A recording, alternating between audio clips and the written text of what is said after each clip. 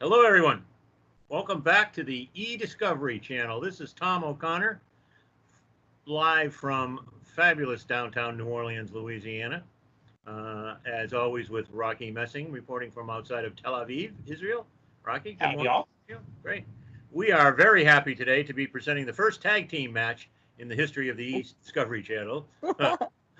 We have two ladies who are the I'm not sure what the right title is. Owners, operators, chief cooks and bottle washers of the EDRM, an organization I'm sure many of you, if not all of you, if you're not familiar with it, you should be.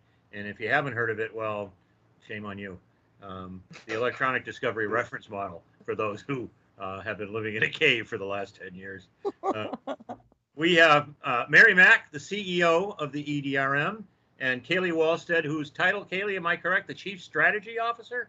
That is right, Tom. Right.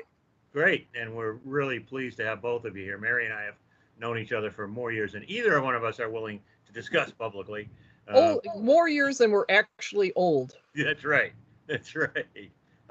H.G. Wells. Wells. We've known each other for 22 years? Yeah, we've known each other. Yeah, it's hard to believe, isn't it? Right. As soon as we get out of high school, we ran into each other. Yep. Wow. And so I'd like to just ask real quick. I mean, Mary and I have a long history. Kaylee, I've known you for not quite as long, but for a number of years in the profession. But how did you two meet? How did you first get to know each other and get involved in this wacky business we call eDiscovery? Mary, do you want to share how we? And she volleys over. I think we might need to put, like, should we do this as like a newlywed game and put one of you like aside and ask the question? Ask all the questions and then see what the other one says. Yeah, exactly. That would be hilarious. Same story. After FIOS, which was my first eDiscovery job, not my first job, but my first eDiscovery job. Which is where Mary and I met. So for those of you who know the history of the of our profession and remember how long ago that was, there's your secret clue to how long we've known each other. There you go. There you go. And so I went to a company called Zylab. Zylab is it's a global company, dual headquartered in Amsterdam and the DC area, DC Virginia area, and we had a VP of sales that went looking for the best salesperson he could find, and he found Kaylee, and so. I met Kaylee. We were just talking about that lovely conference called Legal Tech, and the first time I met Kaylee in person was at Legal Tech, and it wasn't. Let's just say she didn't have a really smooth onboarding. Kaylee, what happened to you at that Legal Tech? It was the Legal Tech where there was blizzards, airport shut down. I went from Minnesota to Raleigh-Durham, stayed overnight. Somehow found my way to New York City, and it was a 2-day venture when I was supposed to be there manning the booth. And anybody who knows me knows I am early. I can't stand to be late. Now I'm starting this new job, and I'm working with the eDiscovery queen, Mary Mack, and it was a nightmare, but it all worked out great. And I had during those days, I had probably 50 messages from Kaylee. I'm in this airport. I'm in that airport. I'll be here at this time. No, now I'll be here at this time. So what you're saying is that it was Legal Tech either 2017, 16, 15, 13. 14, 14. I think it must have been 14. Don't you think it was 14? There was one year that was really bad. I do remember that. Yeah, it was like awful. And if you remember, I'm 5'3". The snow was higher, piled up on the streets than me. Yeah, people couldn't get there. It was not a well-attended Legal Tech because of that. Yep. But yeah, I think it was 2014. And then I was so excited to work with Mary that at the time I was the president of the Twin Cities chapter of Women in eDiscovery. Okay. So I was like, buckle up, you're coming to Minnesota. Sorry, it's winter. Like in the winter? Are you crazy? Yep. Buckle up, get your winter boots and your coat out. And I'm telling you what, we had over 200 ladies that came to the meeting, and Mary dropped her then prophecy, and you could have heard a pin drop. She was talking about start preparing now because privacy and security are going to intersect with eDiscovery. So already start getting educated and get a certificate, get certifications. And people went on and did that, but it was outstanding. Well, that went so great. I was like, okay, well, I'm just going to, Mary, you're going wherever I'm going. And the Queen of eDiscovery got taken on a sales road tour, a road show for sure. Nice. So I didn't know that. I wasn't aware you had met back at the Xylab days. Okay, great. Yep. Okay, so we know Fios and Xylab, but let's take some steps back. Let's start, Mary. What's your career trajectory been like? Like, how did you end up at Fios? How did you become the queen of eDiscovery? Like, what was that path? That's really interesting. So when I got out of college, and I had taken the LSATs, but I decided I didn't want to be an attorney.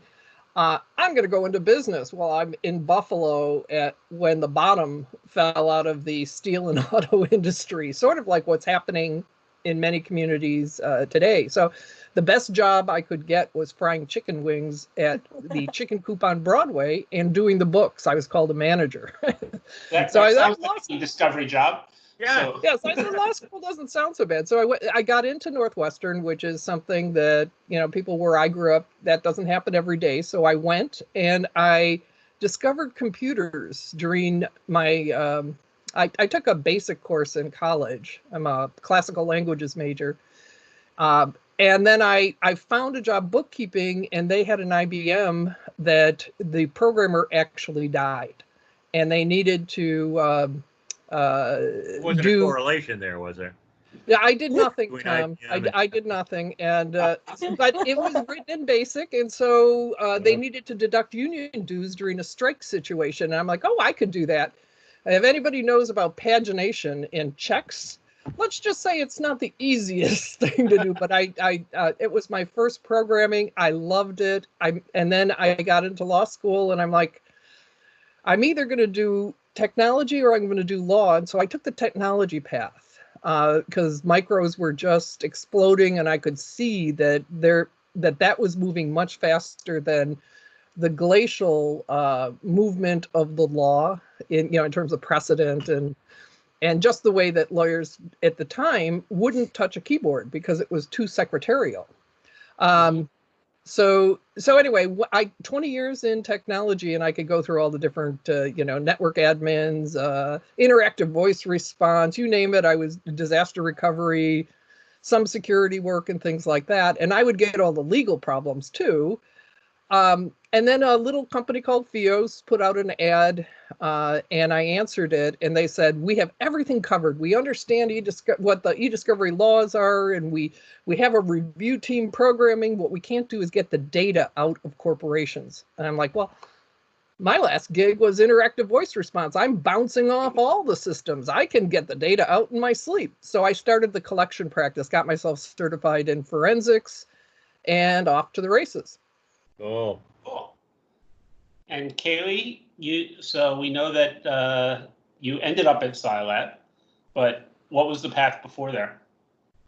So I got into Icon that was bought by Rico, doing paper discovery and eDiscovery. And so that's how I got my start. My sister is a senior litigation paralegal. And so I literally sort of dropped into this sales job and thought, oh, I've not done this. This will be cool.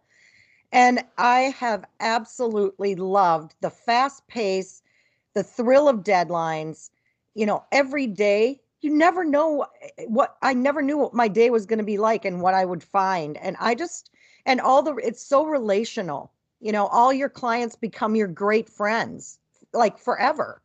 And so I love this sector of legal. It really was the best. And you asked a good question, Rocky. How did Mary get her title Queen of eDiscovery? You want to hear the story? It's such want to hear this story. Such a good one. So, Mary wrote the first book on eDiscovery, right? Process of Illumination. Am I right, Mary? Yeah, well, it's the first popular book on eDiscovery. Let's put it that way. So that means ranking in Amazon is like number 17 on the bestseller list? Like number 17 million. Yeah, okay. So so anyway, she's, by people that have been in the industry a long time, she's really, really well known. And when I went to work at Xylab, I didn't realize until that Twin Cities Women in E chapter meeting that I had Mary go to, how many people knew her and how revered she was. I had no idea. So people were coming up to me all shaky. Oh my gosh, it's Mary Mack. Is she approachable? Can I go say hi to her? And I'm like, oh my gosh, yeah, she's just who she is. Go talk to her. And so one of my clients, who was beyond excited, an attorney at one of the bigger firms in Minneapolis, walked up to her and kind of bowed and said, "Can I kiss the ring of the queen?" And I coined Queen of eDiscovery from there. And that's all she wrote. That's awesome. I love it. Mary, that makes me think, you know, we talk a lot these days about diversity and inclusiveness. I had I went 12 rounds with Craig Ball about this yesterday, in which I said diversity has still not occurred in the AmLaw 100 at the top level of leadership.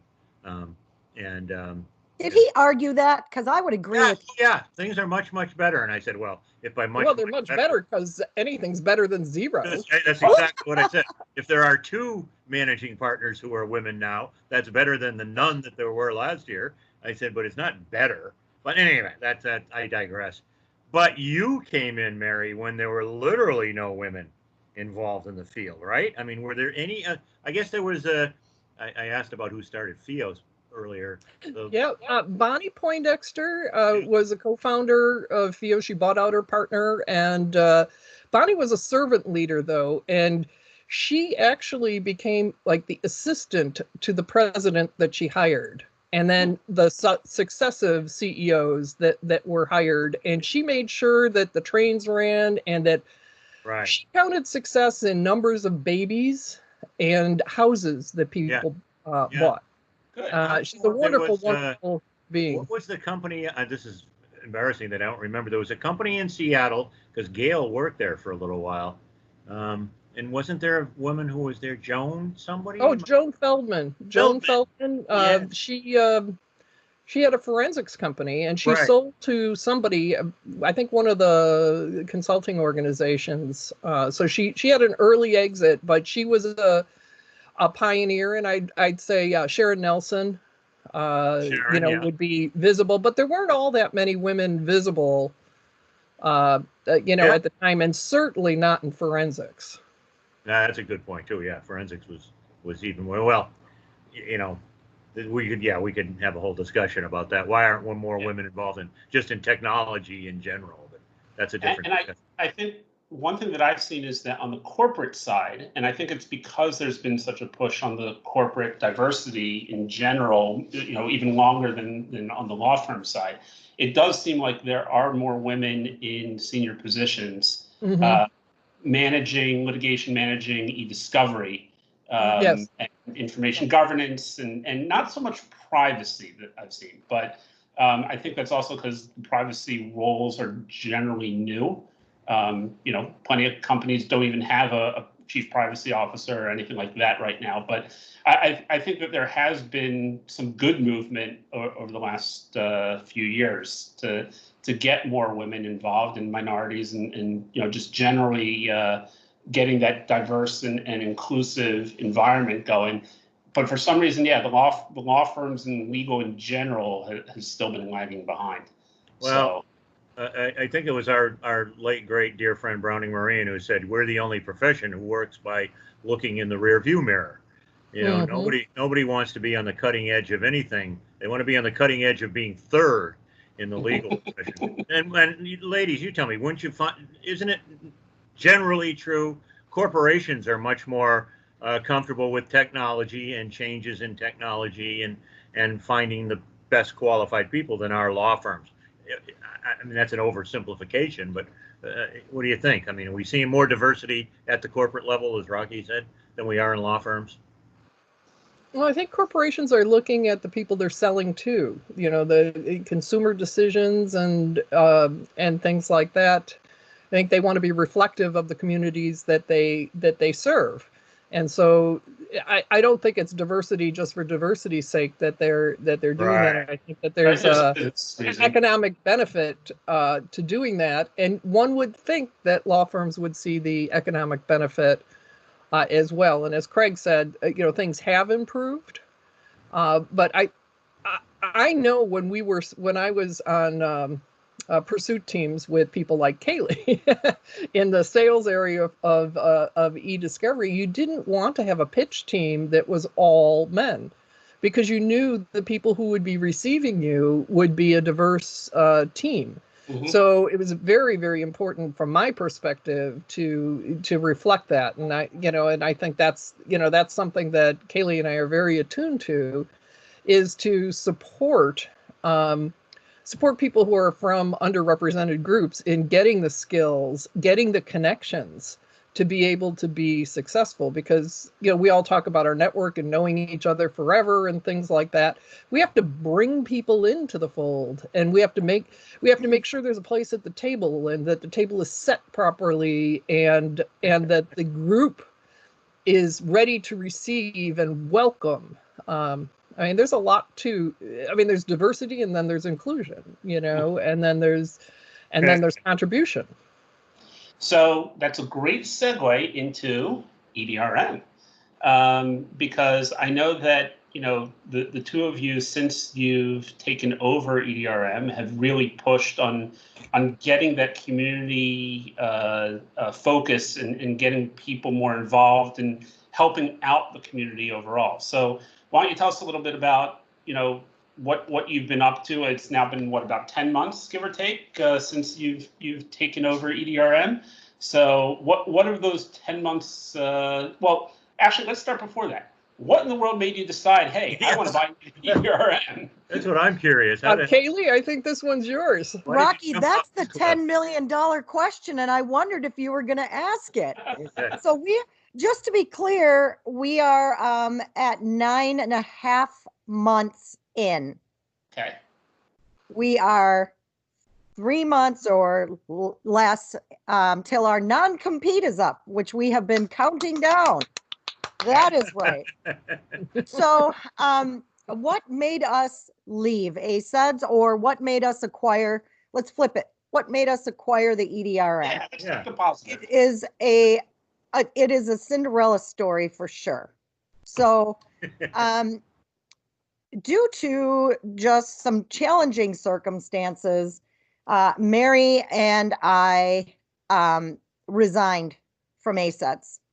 Mary resigned first, I resigned next, and we were asked to give a long runway.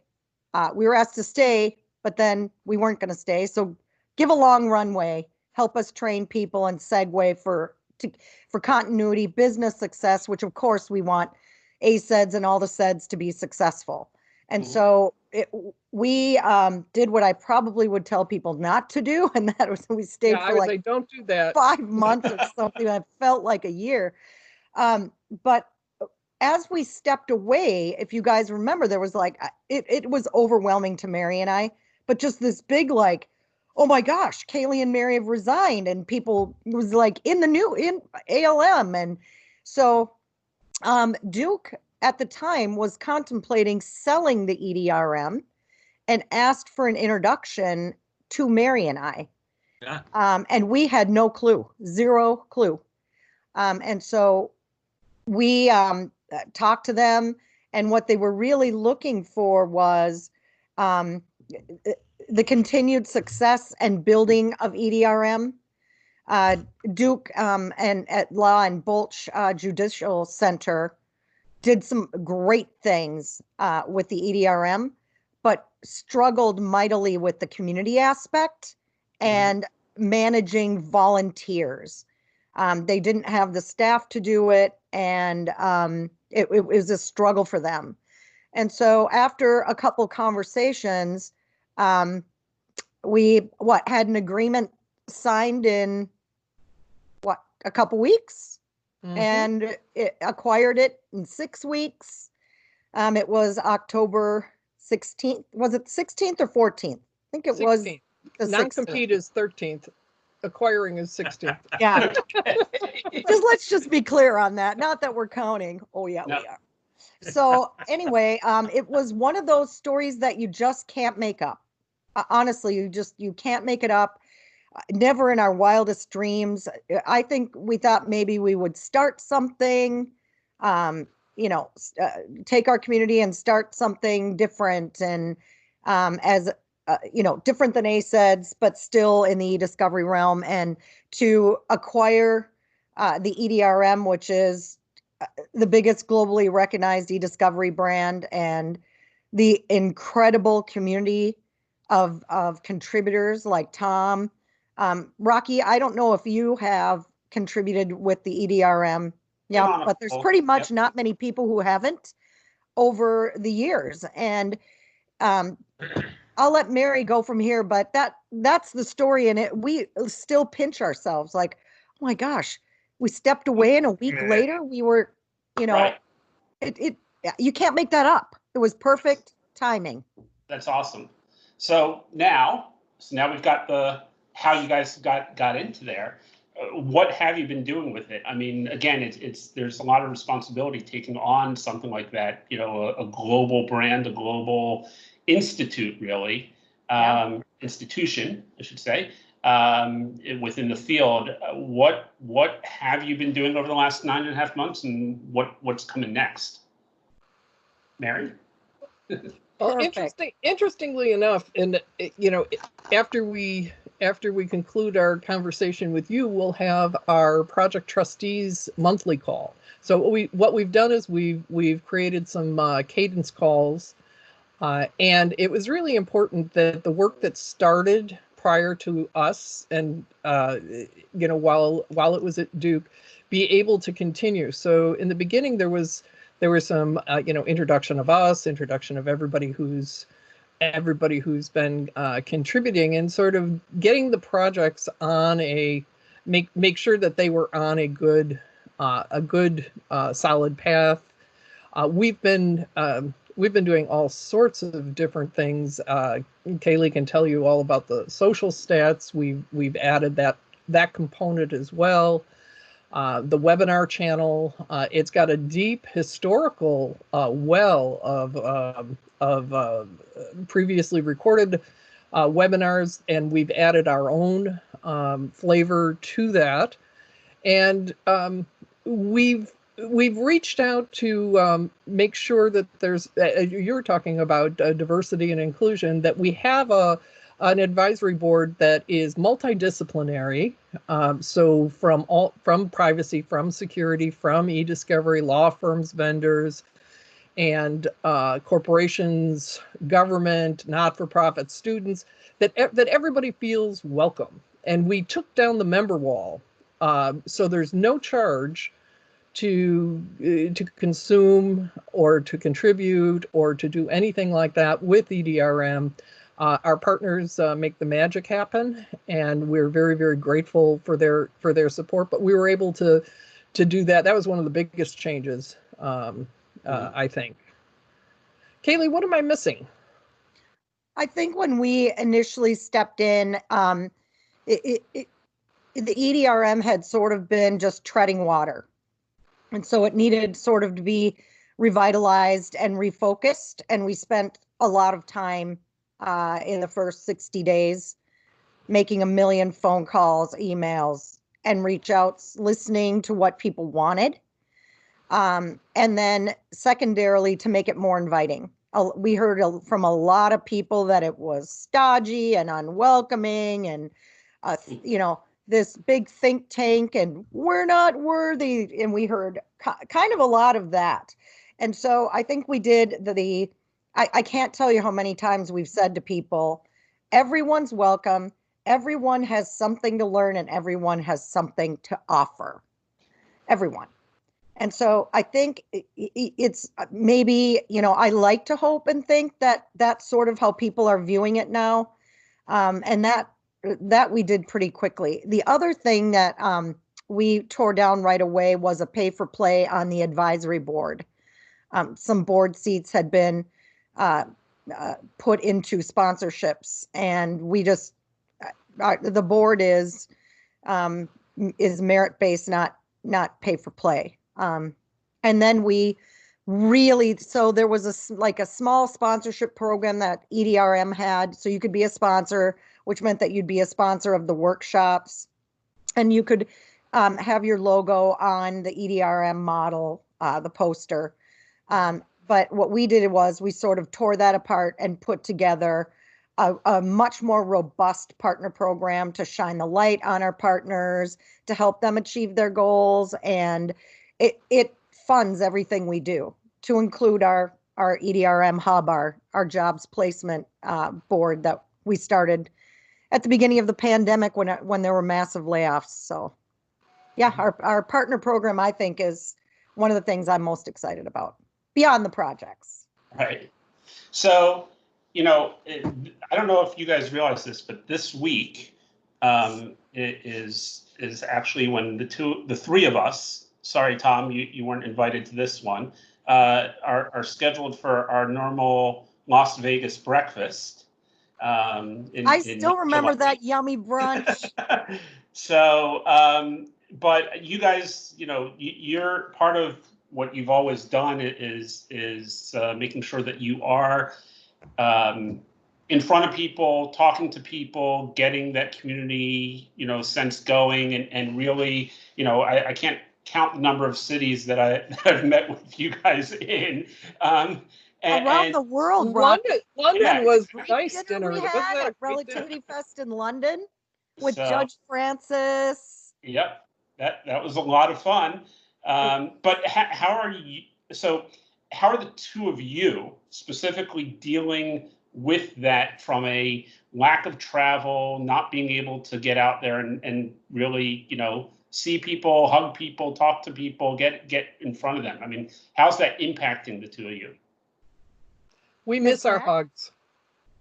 We do. Definitely miss our hugs. We miss seeing everybody in person. And so what we're doing is creating opportunities, much like you're doing here. This is a lovely conversation. It's as if we have a table, in between us, and sipping on some coffee or something. Or something stronger.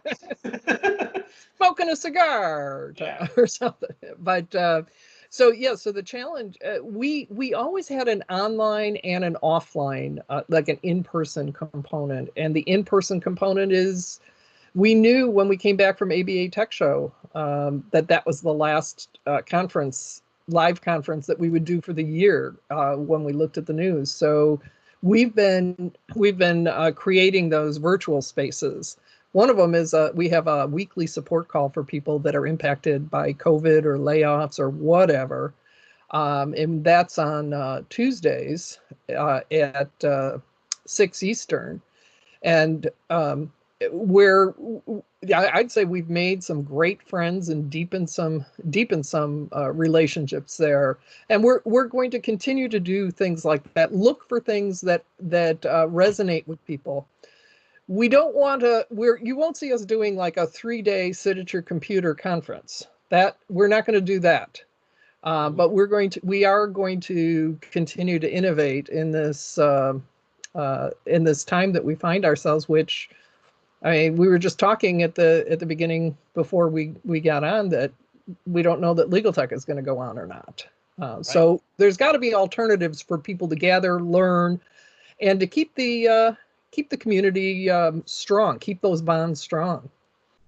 Yeah, and I, even though it's 1 a.m. here when you have the calls. You're looking good for 1 a.m., Rocky. Not now, but when Well, I just rolled out, so I did make it to one of the 6 p.m. calls just to say hi. And yeah, definitely a great feeling of including everyone, giving everyone a chance to see face to face, talk to people, share some stories. It seemed like a great initiative. So Tom, why don't you take us out with a final question? All right, our standard question. Hey, as kind of a segue to that, though, we were talking earlier about females working in our space, and I focused, Mary, kind of on companies, but there are two names that came to mind shortly after we started talking about something else. You may, I'm sure you know one of these people. I'm not sure if you know the other, but these are both consultants who I came across. One was Ann Kemp.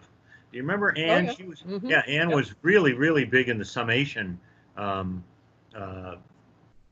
ecosystem, if you will, back in the day. That's how I met her. She and I did a couple of national training things for them. One of them, Kaylee, was actually for the entire Knight Rider team in Houston shortly before Icon purchased them, and there was a whole melding of things. It was at that meeting that I met Tom Groom. I don't know if you guys know Tom. Sure. He's with D4. D4? Yeah, he was with Knight Rider at the time. Yeah, in I think in Houston. But in any event, and the other one is the other woman though that I think we want to make sure to give a shout out to is Ann Kershaw. Ann Kemp. I'm not sure what she's doing these days. I haven't seen her for a while, but Ann I know is still active. Not so much in the area that I play in. She's more the AmLaw 100, Fortune 100, big firm, New York sort of arena. That's not exactly, for some reason, guys with ponytails and Santa Claus beard don't fit in there. Don't play in that market quite as much. No, I don't know what it is, but both Ann Kemp and Ann Kershaw go way back in this space as well. But it's too bad that we can only think of 5 or 6 names. Right. Exactly. And that you can actually name 5 or 6. Like it should be that there's hundreds, but we'll get there. We'll get there. With that in mind, the closing question is always, and I'll ask each of you to weigh in on this, if you could spend an entire day just sitting around talking, not necessarily talking business, but talking with anybody in our profession, living or dead, who would that person be? Well, you gave me a big hint earlier. It's Browning, of course. Browning went way too soon, and the reason He's sitting over my shoulder. I keep that picture of him right next to me all day long. And he should look at you and say, Tom, nothing good ever happens after 10 p.m. He had some wisdom to him and some kindness. And the reason I call him out is I was at one of Albert Buckwalter's events down in D.C. and he gave an award to Browning. Well, Browning brought Mary Pat Poteet, one of the pioneering women, there you go. On the stage. He shared the stage with her, and it was the first time I saw an AmLaw partner honor a lit support person who was not an attorney. And he was an equalizer, I think, and somebody who did welcome he was like our troubadour and welcoming everybody into the community. And he just went too soon. The last time I talked to him, he was doing a chapter in my eDiscovery for Corporate Counsel book and promising to get me the thing on budgeting and all of this, all while he was sick. Yeah. But he kept that very close. And so there are some things I'd like to thank him for. So it would be Browning. Okay, fair enough. Kaylee? What's really interesting is I knew right away who mine was, and it also is Browning. And you know why? I never got to meet him. And I never got to meet him. And I have heard you can't talk to hardly anyone without a Browning story, or, just he was so impactful in so many people's lives, career trajectories, just the way that I think of him is just this you know, like Mary said, a troubadour, this warm, welcoming, helpful, you know, difference maker. And so I never got to meet him, and I would love to sit down with them and say, are all these stories really true? Well, I think Mary hit it on the head. He was just a very warm person who put everybody at ease, didn't talk down to anybody, you know, even though he was a you know, a partner at a major, at one point, maybe the biggest in terms of bodies anyways, firm in the world. You know, he would, you know, Mary, he would go on his road trips, as he used to call them, the lawyers, guns, and money trips. And and he would never carry more than a rollaway, right? He hated packing a bag. He traveled to Hong Kong and back with a rollaway. He thought one of the greatest inventions in humanity was that self-wicking underwear that you could wash in your sink and hang up, and it would be dry in 20 minutes. He was just a great guy, and I although I have many warm professional memories of him, I have far more warm personal memories of just time with him. One of the things you mentioned, Mary, about doing shows or conferences or whatever, and the social interaction. One of the greatest things about the old ABA Tech Show, when it was over in the, I forget, was that the Sheraton? Yeah, the Sheraton, down on, with the walkway down on the river there. We used to, people would go out in the evening to their various dinners or, you know, parties or whatever, and then they'd filter back into the hotel. And this is so long ago that this will date it. You could smoke in the lobby, and not only could you smoke in the lobby bar, I could smoke a cigar in the lobby bar. And I remember Jim Kane, another former colleague, used to get furious at me smoking a cigar and the thing.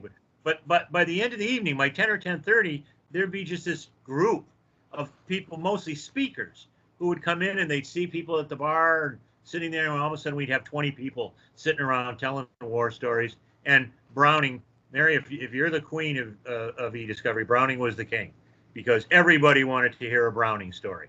You know, not just the story, but the way he told it and the warmth. And, you know, he never, like I said, he never badmouthed anybody. He never talked down about anybody. It was always, he was just a great guy. Bill Russell, the great basketball player from Boston, once said about Larry Bird that Larry was a better person than he was a basketball player. That's the way I felt about Browning. He was a better person than he was a lawyer or technologist or speaker. He was just a great guy. So. We don't have a king of eDiscovery, but we do now, Tom. Yeah, I love that. He is. I think he should have that title. Yeah. Yep. Honorary title. Great mention of Mary Pat Poteet, though. There's one. Mary Pat and I met years ago. She was working with a firm that was based in Portland but had a big Seattle office. And I forget what I was doing, but it was when I was in Seattle. And this is a funny story. Mary Pat remembers this. Some attorney, unbeknownst to her, had gone out and brought me in to talk to his team about using summation. Mary Pat, of course, was a big concordance user. Right. And I'm about halfway through my spiel, and there's a room full of people, and I see this woman come in and sit in the back, and she is sitting there like,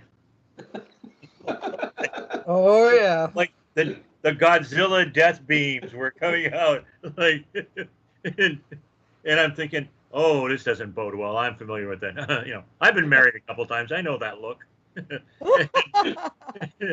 and so we wrap up, and everybody leaves, and she comes up to me and she says, "Who asked you here? What are you doing here?" She was all over me like a cheap suit. And we started talking and became great friends. She went, as I recall, Mary, didn't she go to a firm in the Bay and then go to work for Browning? Didn't she go to like Mofo or somebody?